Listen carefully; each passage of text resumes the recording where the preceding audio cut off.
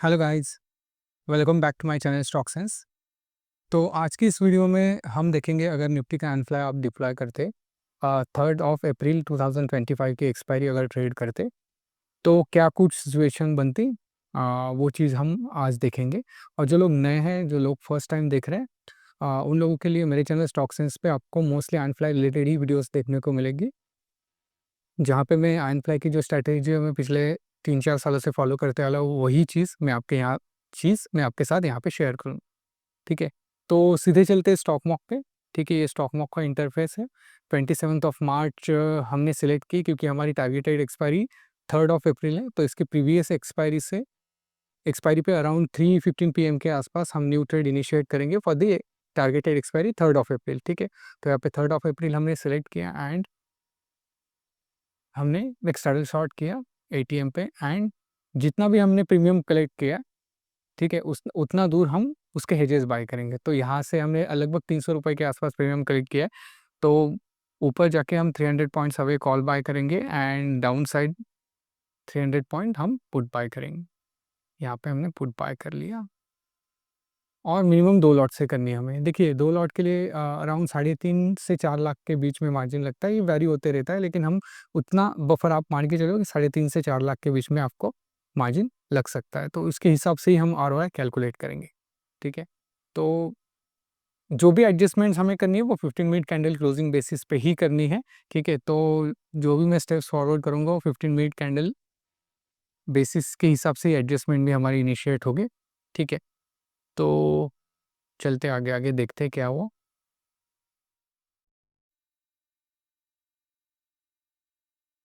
अभी थोड़ा आधे आधे घंटे से ले जाता हूँ क्योंकि बीच में ही है।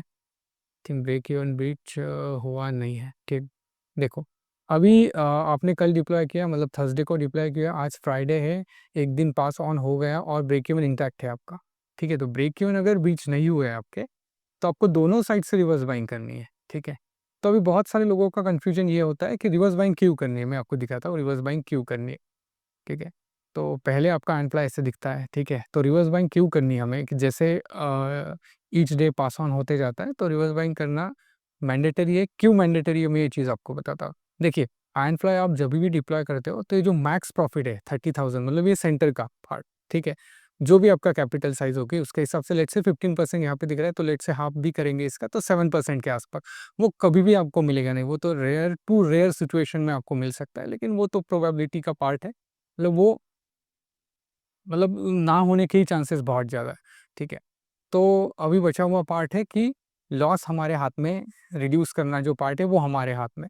तो हम क्या करेंगे, देखो अभी ये विंग्स में लॉस है 14,000 के आसपास, ऑन एक्सपायरी आप देखोगे 14,550 लॉस है।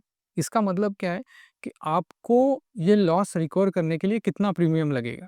ठीक है, तो लेट्स से आपने रिवर्स बाइंग की नहीं, एंड डेज पास ऑन होते गए, फ्राइडे को भी इंटैक्ट है, मंडे को भी ऐसे ही इंटैक्ट रहा, एंड लेट्स से ट्यूसडे को ये ब्रीच होता है। ठीक है, तो ट्यूसडे को अगर ये ब्रीच होता है तो लेट्स से कि ये आपका 14, लेट्स से 14,500 है, तो उतना प्रीमियम बचा नहीं होगा स्ट्रैडल में। ठीक है, जब भी आप शॉर्ट इनिशिएट करोगे, यहाँ पे जब मैं आगे दिखाऊंगा एडजस्टमेंट्स आएंगी तब कि कौन सा लेग शॉर्ट करना है, तो उतना प्रीमियम यहाँ पे बचा नहीं होगा। तो लगभग यहाँ पे अगर आपको ये प्रीमियम हटाना है तो 14,500, तो लगभग आई थिंक 95-96 रुपीज़ के आसपास आपको प्रीमियम चाहिए। यहाँ पे मैं आपको दिखाता हूँ, लेट्स से एक रैंडम सिचुएशन में आपको यहाँ पे दिखाता हूँ कि आपको लेट्स से पुट साइड जो है नीचे की साइड आपको लॉसलेस बनाए नहीं, तो मैं एक लेग शॉर्ट करता हूँ। मतलब आपको इन शॉर्ट 96 का प्रीमियम लगने वाला है, स्ट्राइक कौन सी भी हो, लेकिन जनरली हम एटीएम स्ट्राइक शॉर्ट करते हैं। तो लेट्स से यहाँ पे मैंने शॉर्ट किया। ठीक है, अभी ऊपर की साइड, हाँ, अच्छा हम मैं कुछ दिखाना चाह रहा हूँ, तो लेट्स से कॉल शॉर्ट करते हैं। यहाँ पे मैंने ये कॉल शॉर्ट किया रैंडमली और यहाँ पे मैंने 96 एग्जैक्ट 96 का मैं शॉर्ट करता हूँ।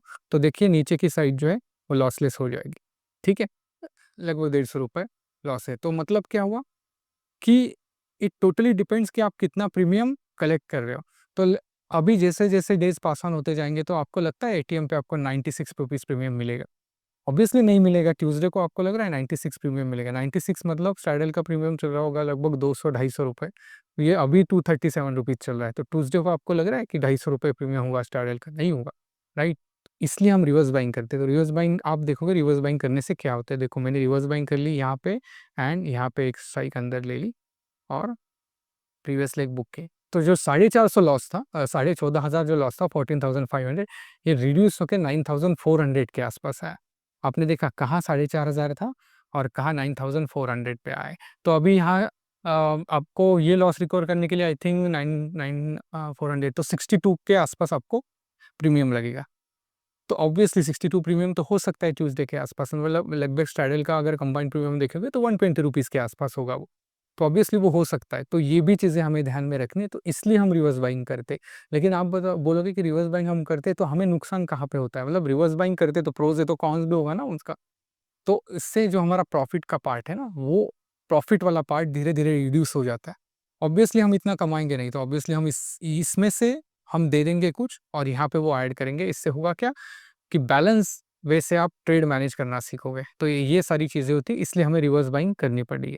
ठीक है, तो चलो नेक्स्ट डे चलते हैं। एग्जैक्ट 15 मिनट कर लेता हूँ मैं यहाँ पे। देखो, आई थिंक 10:30 बजे आपका ब्रेक इवन बीच हो चुका है।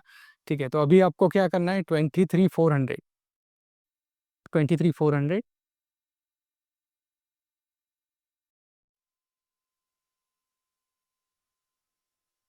23,400, 23,400 यहाँ पे आपको ये शॉर्ट करना है। ठीक है, अभी आपको देखो एक क्वांटिटी पहले शॉर्ट करनी है एंड इसका हेज बाय करना है 0.01 डेल्टा। यहाँ पे आप देखोगे 0.01 डेल्टा आपको बाय करना है। ठीक है, एंड आपका एंप्लॉय का जो हेज है, जो 7 रुपीज चल रहा है, तो उसमें 10 रुपीज डेबिट देके हम उसको आगे लाएंगे, जो कि लगभग आता है 17 रुपीज़ के आसपास यहाँ पे। और पुराना हेज जो है हम एग्जिट कर लेंगे, जो 7 रुपीज़ के आसपास चल रहा है।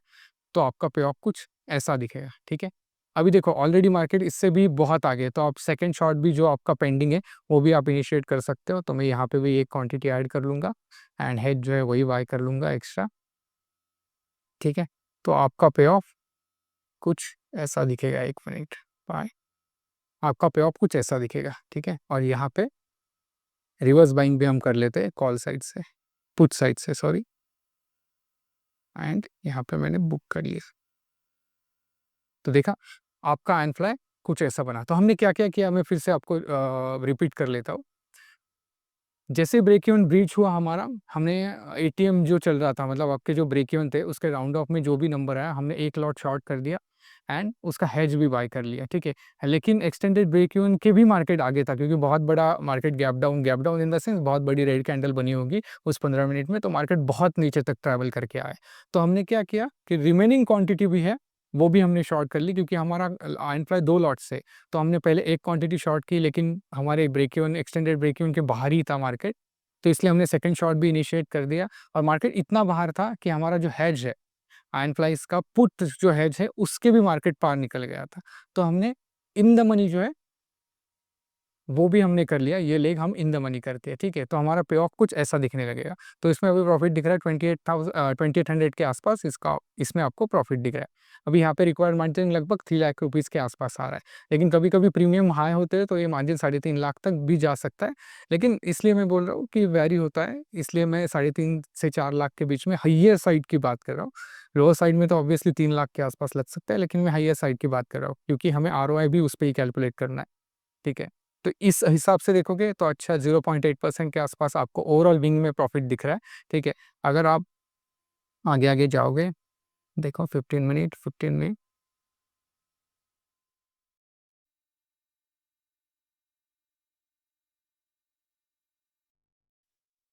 देखो ये ब्लू लाइन का behaviour totally depends on the rolling straddle. ये जो रोलिंग स्ट्रैडल है, ठीक है, इसके ऊपर डिपेंड होता है। रोलिंग स्ट्रैडल मतलब क्या होता है, कंबाइंड प्रीमियम होता है कॉल एंड पुट का, वो कैसे बिहेव करते हैं। ठीक है, तो इसके ऊपर आपका प्रीमियम का डीके भी डिपेंड्स होता है, क्योंकि अभी ये पे ऑफ देख के मुझे पता चल रहा था कि आई थिंक कहीं पे भी ये रोलिंग स्ट्रैडल डीके नहीं कर रहा है, तो इसलिए ब्लू लाइन ऊपर नहीं उठ रही, मतलब आपको प्रॉफिट नहीं दे रही। तो इसलिए हमने रोलिंग स्ट्रैडल भी मार्क करके देखा ओवरऑल क्या चल रहा है, तो ऑब्वियसली रोलिंग स्ट्रैडल कुछ डीके नहीं कर रहा था। तो सुबह जहाँ पे मार्केट था लगभग वहीं पे ही ट्रेड कर रहा है। ऑलमोस्ट कितने बजे है, ऑलमोस्ट 1:30 बजे है। ठीक है? लेकिन प्रीमियम में कुछ भी दिखे आया नहीं, हम ऐसे बोल सकते हैं। तो इसलिए आपको प्रॉफ़िट नहीं दिख रहा है इसमें, ठीक है? तो ये चीज़ है, देखो लगभग मैं तो सजेस्ट करूँगा ₹2000 के आस-पास आपको प्रॉफ़िट दिख रहा है इसमें, 0.7 0.6% के आस-पास ये प्रॉफ़िट होगा। तो ऑब्वियसली ये प्रॉफ़िट आप बुक करके जाओ। देखिए, रीज़न है कि प्रीमियम एक्सट्रीमली लो है, ठीक है? प्रीमियम एक्सट्रीमली लो है, ऑब्वियसली मार्जिन भी आपको उस हिसाब से ही लगेगा। लेकिन इसमें भी और सारी चीज़ें हैं एडवांस, कि आप ये पैरेलल जो पार्ट बना है, मतलब ये जो पैरेलल पोर्शन बना है डाउनसाइड के लिए, अभी देखो डाउनसाइड कितना भी मार्केट खुले, आपको ऑब्वियसली फिक्स्ड प्रॉफ़िट होगा। लेकिन इसमें भी आप कैसे प्रॉफ़िट बढ़ा सकते हो, या और थोड़ी रिस्क लेके और एक्स्ट्रा प्रॉफ़िट कैसे, इसमें मल्टीपल वेज़ है कि ये पार्ट में प्रॉफ़िट बढ़ाने के, ठीक है? अभी इसके लिए मेंबर्स ओनली वीडियोज़ मैं बनाता हूँ, जहाँ पे मैं थोड़ा, जो लोग एक्स्ट्रा रिस्क लेना चाह रहे हैं, उन लोगों के लिए वहाँ पे मैं वीडियोज़ अपलोड करता हूँ, कि यहाँ तक तो वीडियो होता ही है वो, लेकिन इसके आगे क्या एडजस्टमेंट्स है, लगे ऐसा पार्ट बना है आपका एनफ्लाई का और आपके पास 2-3 दिन बाकी है, ठीक है? अभी आप ये ऐसा एनफ्लाई लेके जाओगे तो आपको ऑब्वियसली 2800 जो दिख रहा है उतना ही प्रॉफ़िट होने वाला है, उसमें आप ज़्यादा कुछ एडिशन कर नहीं सकते। लेकिन वहाँ पे मैं बताता हूँ कि इसमें और एक्स्ट्रा प्रॉफ़िट, लगभग वो प्रॉफ़िट 2-3% तक भी चला जाता है, वो एडजस्टमेंट में, ठीक है? लेकिन वो high risk high reward adjustments होती है, तो वो वहाँ पे मैं शेयर करता हूँ, क्योंकि वहाँ पे मैं ये अगर यूट्यूब पे डालूँगा तो अननेसेसरी लोग रिस्क लेना चालू करेंगे, तो इसलिए जो सीरियस लोग हैं, उन लोगों के लिए मैंने मेंबर्स ओनली वीडियो बनाता हूँ, वहाँ पे आपको इन डेप्थ नॉलेज मिलेगा, इस स्टेप के आगे आपको क्या करना है, ठीक है? तो वो भी वीडियोज़ में मैं इन डेप्थ एक्सप्लेन करता हूँ कि क्यों करना है, हमें क्या करना है, क्या रीज़न्स होते हैं उस वो चीज़ करने के, ये सारी चीज़ें आपको वहाँ पे मिलेगी। और मैंने बहुत सारी वीडियोज़ अपलोड किए हैं मेंबर्स ओनली चैनल पे, तो डेफ़िनेटली अगर आप सीरियस हो, तो वहाँ पे आप डेफ़िनेटली जॉइन करके देख सकते हैं। तो आई होप आपको ये एम्प्लॉय के रिलेटेड वीडियो अच्छी लगी रहेगी। डेफ़िनेटली आने वाले टाइम में मैं और अच्छी-अच्छी वीडियोज़ और नई कुछ एडजस्टमेंट्स अगर होगी तो डेफ़िनेटली यहाँ पे शेयर करते रहूँगा। टिल दैट टाइम, लाइक करो, शेयर करो एंड सब्सक्राइब करो। Thank you guys.